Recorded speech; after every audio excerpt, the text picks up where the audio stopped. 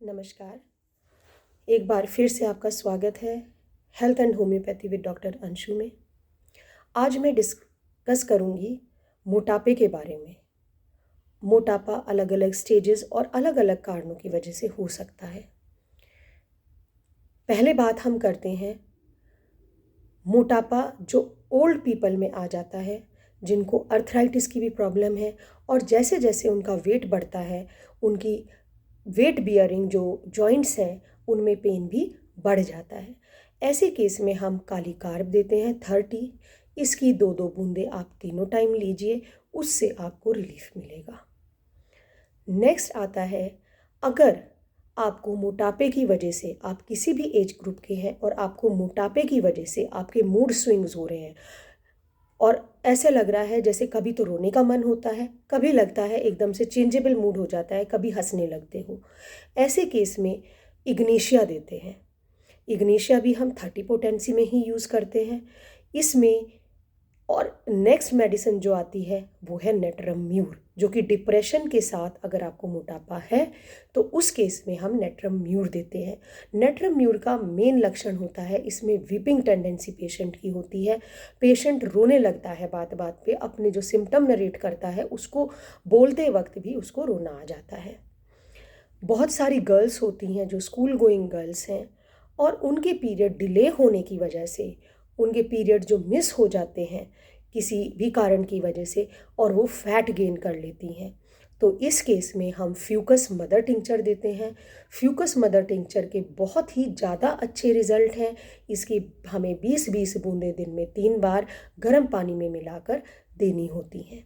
अब कुछ पेशेंट्स ऐसे होते हैं जिनको थायराइड की प्रॉब्लम होती है, जिनको थायराइड कम हो जाता है और कम होने की वजह से उनका मोटापा बढ़ जाता है। इसमें 2 मेडिसिन्स आती हैं, कैलकेरिया कार्ब आती है और लाइकोपोडियम आती है।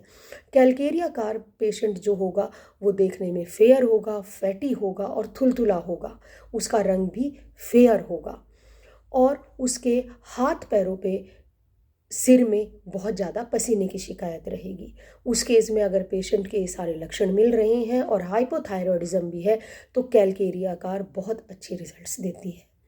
दूसरी आती है, अगर हाइपोथायरॉयडिज्म भी है और पेशेंट साथ में साथ पेशेंट को गैस्ट्रिक प्रॉब्लम्स हैं, उसको गैस बहुत बनती है, उसका खाना पचता नहीं है, उसको खाना बार बार वापस मुंह में आता है खाने के बाद, तो ऐसे केस में लाइकोपोडियम दे देते हैं। एक जो मेन सिम्टम लाइकोपोडियम का होता है, हाइपोथायरॉयडिज्म भी है और साथ में पेशेंट को शुगर बहुत पसंद होता है, उसको शुगर की क्रेविंग बार बार होती है।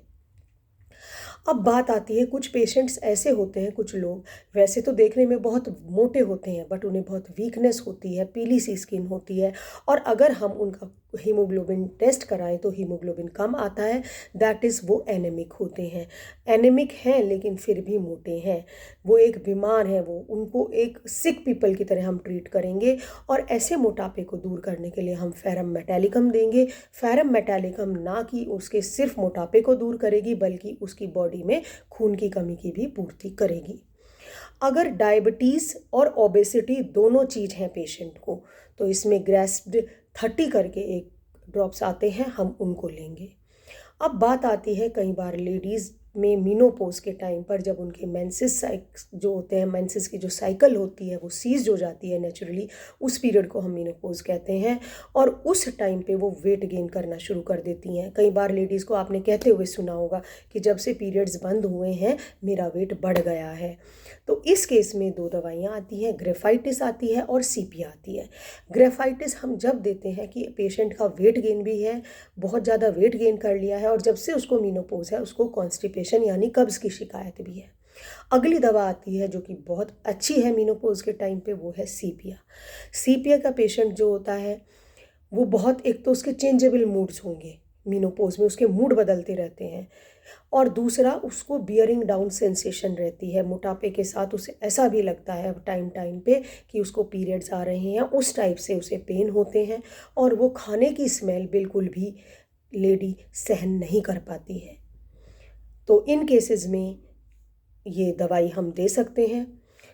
आशा करती हूँ मेरी ये पोस्ट, मेरा ये लेक्चर आपको हेल्प करेगा और आपको आपकी प्रॉब्लम से जूझने में मददगार साबित होगा। अधिक जानकारी के लिए आप मेरा चैनल सब्सक्राइब करें और कमेंट बॉक्स में कमेंट करें। अगर आप किसी और टॉपिक पे कुछ जानना चाहते हैं तो प्लीज़ मुझे कमेंट बॉक्स में बताइए। मैं प्रयास करूँगी कि मैं आपके दिए हुए टॉपिक पे आपको सही से नॉलेज दे सकूँ। Thank you.